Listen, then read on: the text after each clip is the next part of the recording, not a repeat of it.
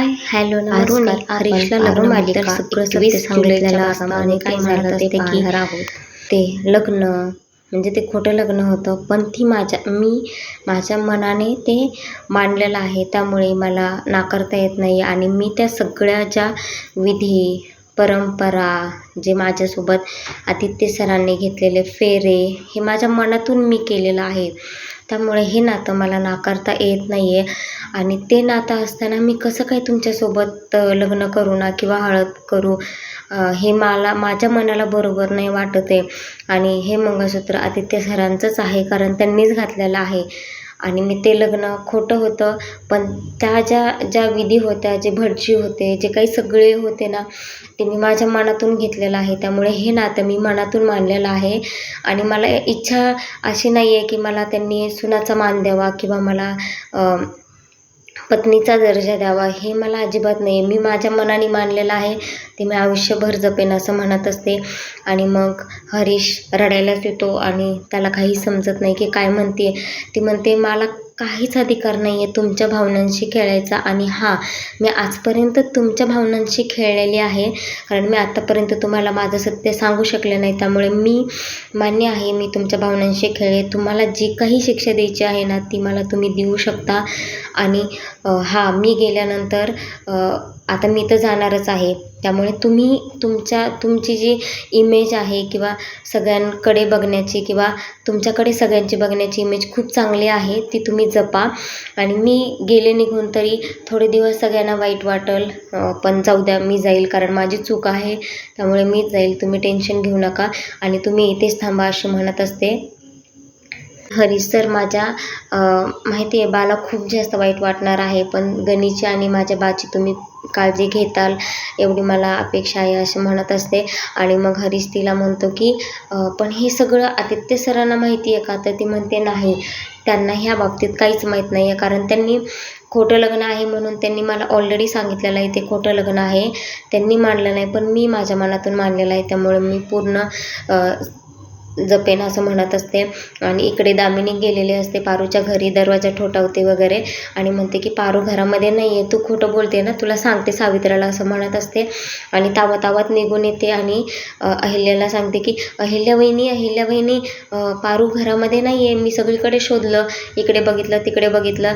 तर मग अहिल्या तिला म्हणते काहीही बोलू नको दामिनी, गोंधळ घालायचा अजिबात चान्स मारू नको किंवा गोंधळ करायचा अजिबात प्रयत्नही करू नको, नाहीतर खूप महाग पडेल असं म्हणत असते. ती म्हणते वहिनी खरंच पारू नाही आहे आणि यावेळेस माझा गोंधळ नाही आहे, तुमच्या लाडक्या पारूनेच घातलेला आहे, त्यामुळे जे काय बोलायचं नाही तर तुमच्या पारूला बोला. दिशा म्हणते की मी सासूमाम हरीशला बोलवून आणते आणि हरीशला बोलवण्यासाठी ती रूमकडे जाते. पारू हरीशला बोलत असते की हरीश सर मला माफ करा, मला तुमच्या भावना दुखवायच्या नव्हत्या, पण वेळच तशी आली की मला करावं लागलं म्हणून ते. मग हरीश तिला बोलतो की आता पुढे काय करायचं? तर मग पारू म्हणते मला काहीच माहीत नाही आहे, मी जे माझं सत्य आहे ते तुम्हाला सांगितलेलं आहे. तेवढ्यात दिशा तिथे गेलेली असते. दिशा दरवाजा वाजवते आणि हरीशला बोलते हरीश बोलतो की ठीक आहे, मी थोड्या वेळात येतो म्हणून. रूममध्ये जातो तर पारू तिथे नसते, पारू गायब झालेली असते. आणि इकडून लगेच दामिनीही घरात येते आणि दामिनी म्हणते अहिल्या वहिनी पारू ना रूममध्ये नाही आहे किंवा मी सगळीकडे शोधून आले, कुठेच नाही आहे. मग अहिल्या तिला म्हणते की दामिनी ह्यावेळेस गोंधळ घालायचा प्रयत्न करू नकोस, जर केलास तर खूप महागात पडेल ते. ती म्हणते वहिनी मी गोंधळ नाही घातलेला, आता जो गोंधळ घातलेला आहे तो तुमच्या लाडक्या पारूने घातलेला आहे, तिला बोलायचं तिला बोला, मला काहीही बोलू नका.